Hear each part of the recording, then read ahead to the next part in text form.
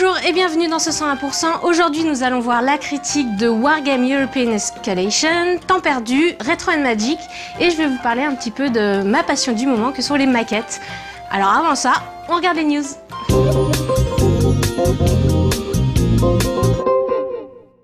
Quand vous naviguez sur Internet, les sites que vous visitez gardent vos informations de navigation. Dans des petits fichiers présents sur votre ordinateur, on appelle ça des cookies.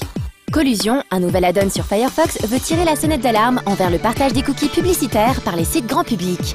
Cet add-on, une fois installé, vous permet tout simplement de visualiser en temps réel de quelle manière vous êtes fiché sur Internet et surtout, quels sont les serveurs publicitaires qui recoupent le suivi de votre navigation. L'add-on peut être téléchargé sur le site de Mozilla.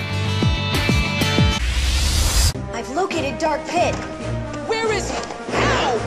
Pit n'est plus qu'à un mois de son retour sur console portable et à l'approche de la sortie de Kid Icarus Uprising, Nintendo vient de faire plusieurs annonces concernant son mode multi.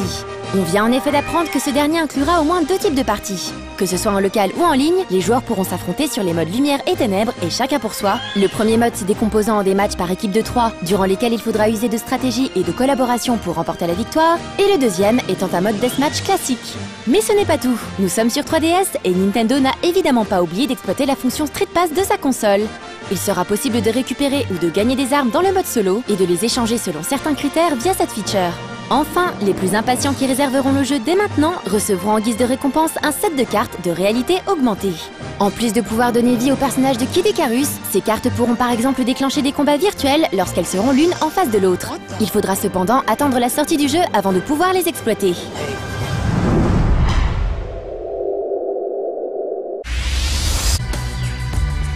Alien Trap, les développeurs indépendants du jeu de plateforme 2D Capsized, viennent de dévoiler leur nouveau projet avec tout juste 2 screenshots. Le jeu s'appelle Apothéon et c'est toujours un jeu de plateforme 2D, mais il possède un look grec antique complètement original. On a hâte de voir ce que ça va donner.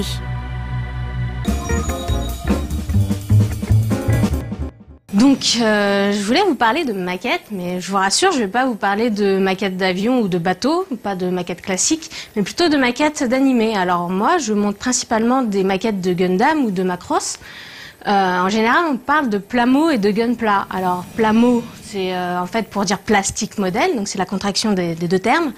Et Gunpla, c'est Gundam Plastic Model. Et je vous en dis plus après la critique de Wargame European Escalation.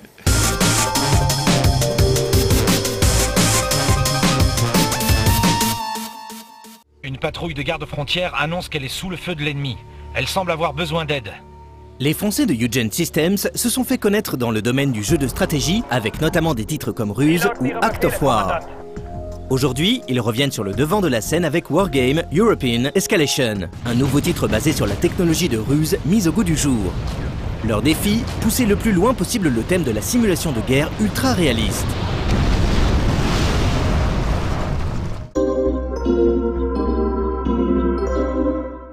« 21 décembre 1975. Les gardes-frontières sont en alerte maximale des 2 côtés du rideau de fer. Wargame European Escalation nous propose de vivre une version alternative de l'histoire. Le jeu prend place sur la période de la guerre froide, mais alors que nous avons vécu la détente et la chute du bloc soviétique, dans le jeu la guerre a éclaté entre l'OTAN et le pacte de Varsovie, lançant ainsi une guerre d'envergure mondiale. La chancellerie de Bonn déclare l'état de guerre. Le joueur va se voir proposer une campagne avec des missions dans chacun des camps, qui sera un simple avant-goût du mode multijoueur où les stratèges se mesureront à leurs semblables.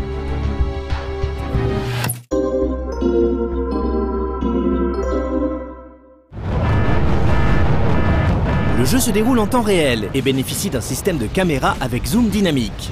Ce système permet de zoomer et dézoomer avec la molette de la souris, comme dans Ruse précédemment ou encore dans Supreme Commander. Le jeu ajuste le niveau de détail dynamiquement, proposant de passer d'une vue quasi satellitaire à une vue rapprochée fourmillant de détails. Le joueur peut même surimposer sur la carte les zones stratégie, comme Bravo ou encore Charlie, lui permettant de repérer les points d'intérêt et d'organiser son déploiement. Dans ce jeu, les unités se comportent de manière réaliste. Cela veut dire que les chars vont mettre du temps à démarrer quand ils sont à l'arrêt, qu'ils iront plus vite sur les routes et que leur temps de rechargement sera clairement affiché entre les tirs. Cela veut dire aussi qu'il est important de se mettre à couvert dans une forêt pour cacher ses unités, que chaque unité dispose d'une portée différente suivant ses armements, de différents types de blindage, de face, arrière et de côté, et que la précision suivant la distance sera à prendre en compte. Comme dans tout jeu de stratégie qui se respecte, la reconnaissance des mouvements adverses sera primordiale. Le joueur aura à sa disposition toutes sortes de véhicules légers, blindés, voire des hélicoptères lui permettant de débusquer l'ennemi.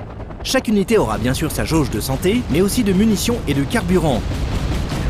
Les camions de ravitaillement permettront de remonter ces 3 jauges simultanément. Mais il faudra savoir compter avec le moral des troupes. Un véhicule bloqué sous le feu ennemi verra vite son pilote tomber dans la panique, ce qui occasionnera une mise en déroute. On verra avec plaisir les échanges de tirs déclencher des effets critiques. Les chars par exemple pourront décheniller, ce qui demandera un certain temps de remise en marche. Sur la carte, certains points seront critiques. Le joueur pourra en prendre possession grâce à des véhicules de commandement. En tenant ces emplacements, il gagnera des points qu'il pourra utiliser pour appeler des renforts. Bien sûr, certaines unités auront l'avantage sur d'autres. L'infanterie, par exemple, sera vulnérable en terrain découvert, mais pourra occasionner de lourds dégâts aux blindés si le combat a lieu dans une forêt. Contrairement à Ruse, le précédent jeu du développeur, Wargame European Escalation demande énormément de manipulation précise de la part du joueur. C'est ce que l'on appelle le micromanagement, et ici il faut gérer ses troupes le plus rapidement et précisément possible. Les joueurs auront intérêt à garder leurs unités en vie au fur et à mesure des missions, car celles-ci gagnent en expérience et en efficacité. Notons que le joueur gagne des étoiles en combattant et en accomplissant des objectifs. Ces étoiles lui permettront par la suite de débloquer des unités. Et des unités, il y en a. Le jeu propose pas moins de 361 unités différentes, plus de 150 par camp, même si beaucoup d'entre elles sont des évolutions des modèles de base. Pour gérer cette diversité, le joueur sera amené à créer des decks, c'est-à-dire des présélections d'unités qu'il pourra appeler simplement au début de chaque partie multijoueur. Et le multijoueur est vraiment le sel du jeu. Le joueur aura un rang de commandement et pourra jouer des parties classées avec à sa disposition un créateur de partie assez intuitif.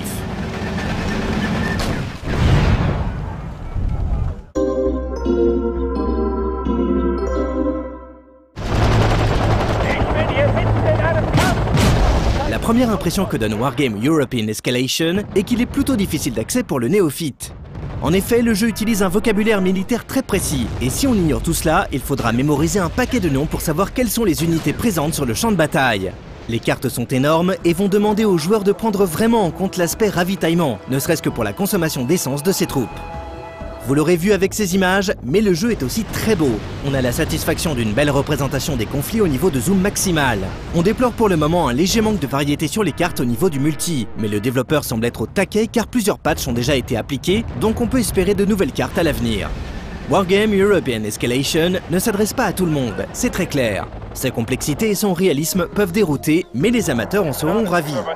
L'idéal serait qu'une démo soit vite disponible pour que chacun puisse se faire une idée. En tout cas, on se doit de saluer le travail de Eugen Systems qui a choisi d'aller à fond sur son concept.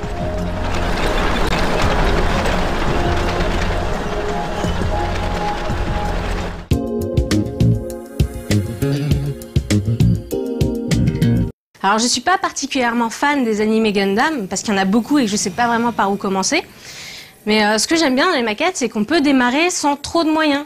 Il suffit d'avoir juste une pince à découper, un cutter de précision, ça c'est des fournitures qu'on trouve au milieu des fournitures scolaires habituelles, et puis un plan de travail, et bien sûr c'est 10 doigts. Et vous verrez, c'est très gratifiant de terminer une maquette et c'est loin d'être du temps perdu.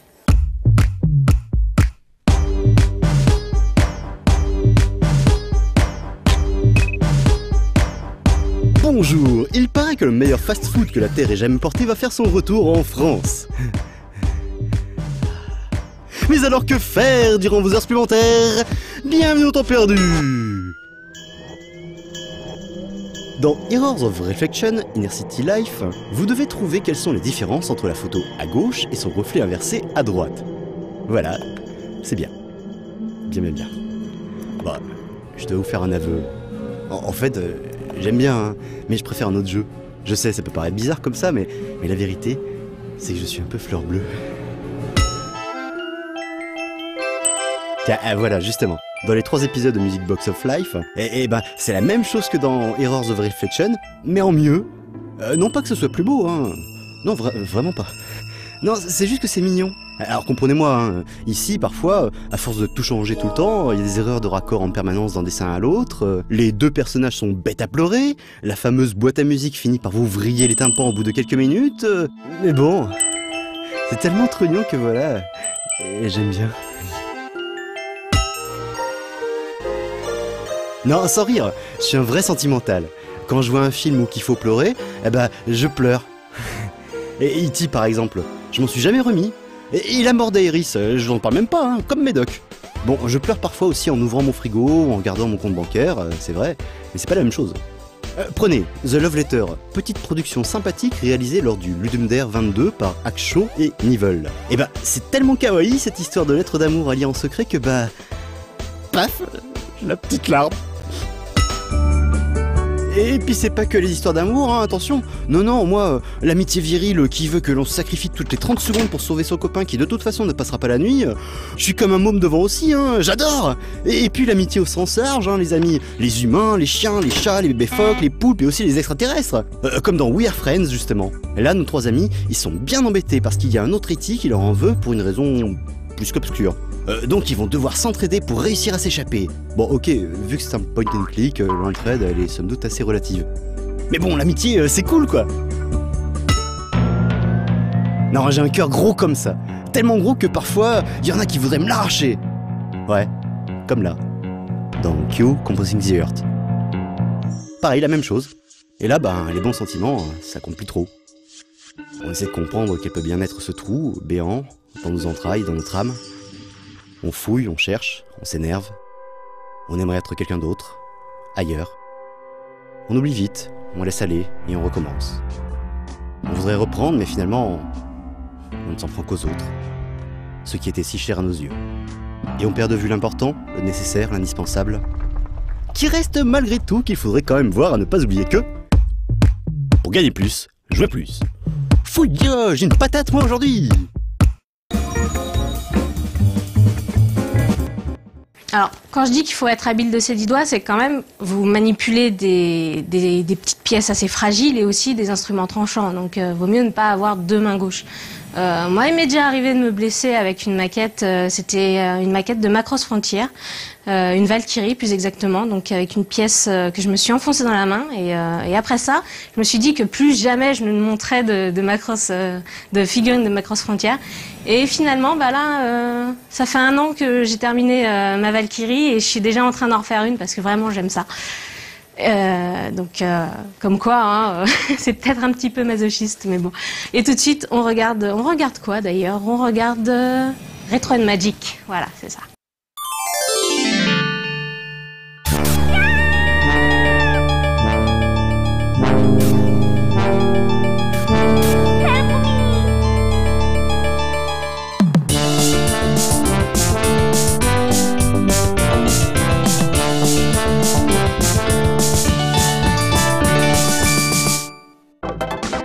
Sorti en 1992, Super Mario Kart s'est imposé comme l'un des jeux de course les plus fun sur Super Nintendo et a engendré une franchise qui reste encore aujourd'hui l'une des plus populaires de Nintendo. Du coup, pas étonnant que d'autres éditeurs aient tenté d'en émuler le succès. Voici quelques-uns de ces clones.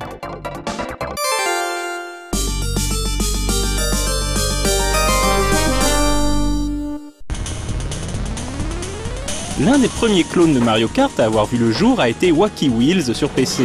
Développé par Bevis Soft et distribué par Apogee, Wacky Wheels ressemble beaucoup à son modèle, avec notamment un mode de représentation graphique qui ressemble au mode 7 de la Super Nintendo.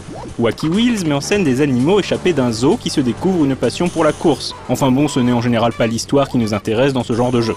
Le jeu propose plusieurs personnages distincts ayant chacun leurs caractéristiques propres. L'un possède une vitesse de pointe plus élevée, l'autre négocie mieux les virages et ainsi de suite. Comme dans Mario Kart, il est possible de ramasser des bonus pendant la course, notamment des hérissons qui peuvent ensuite être utilisés comme projectiles. Le jeu propose bien évidemment un mode multijoueur ainsi que divers styles de jeu comme une sorte de deathmatch.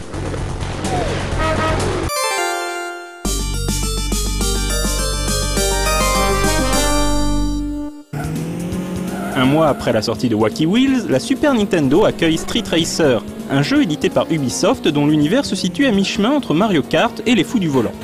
Le jeu se démarquait par des graphismes très soignés, mais aussi par son univers notoirement plus violent, dans un style cartoon, que le jeu Nintendo. Il était ainsi possible d'asséner des coups à ses voisins, dans le plus pur style Road Rash. Le jeu se démarquait par l'absence de power-ups à ramasser sur la piste. Au lieu de cela, le joueur devait rouler sur des cases sur la piste, lui permettant d'utiliser au choix une attaque spéciale ou un turbo. Le jeu possédait donc une certaine dimension tactique. L'un des modes spéciaux proposés par le jeu était le mode football, où les joueurs s'affrontaient dans une moitié de terrain pour contrôler un ballon et parvenir à l'envoyer dans un but commun à tout le monde.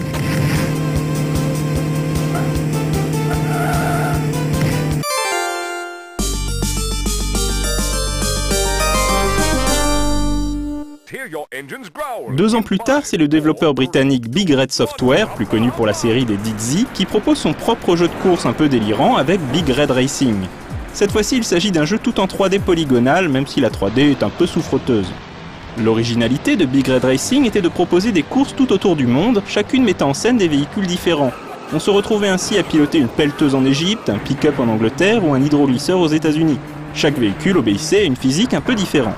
Le jeu possédait également un humour un peu décalé et les courses étaient commentées par Lanny Minella et John St. John, ce dernier étant plus connu en tant que voix de Duke Nukem. A noter qu'il s'agit du dernier jeu à être sorti sous le nom Big Red Software, le studio ayant peu après fusionné avec Domark, Simis et Eidos Technologies pour former Eidos Interactive.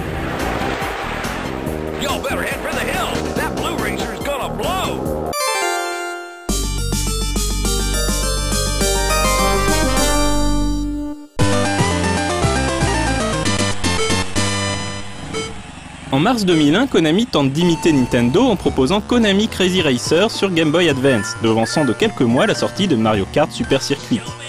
Comme son nom l'indique, le jeu met en scène divers personnages issus des franchises Konami, comme Goemon, Dracula de Castlevania, le ninja de Metal Gear Solid, ou même un Moai de Gradius. Crazy Racers ne cherche pas à cacher sa ressemblance avec Mario Kart, et on retrouve de nombreuses similarités, à commencer par des graphismes en mode 7 et les power-ups ramassés à certains endroits précis de la course. Il s'agit toutefois de l'un des meilleurs clones de Mario Kart, et certains le trouvent même supérieur à Super Circuit. Une suite baptisée Crazy Kart Racing est sortie sur smartphone en 2010.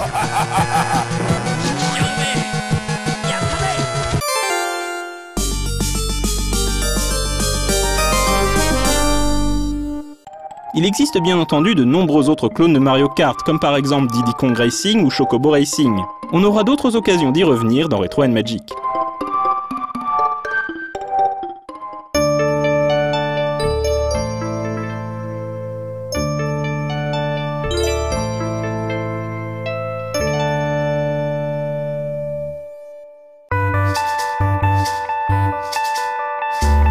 Pour ceux qui souhaitent se lancer dans le montage de maquettes, sachez qu'il existe beaucoup de tutos sur internet.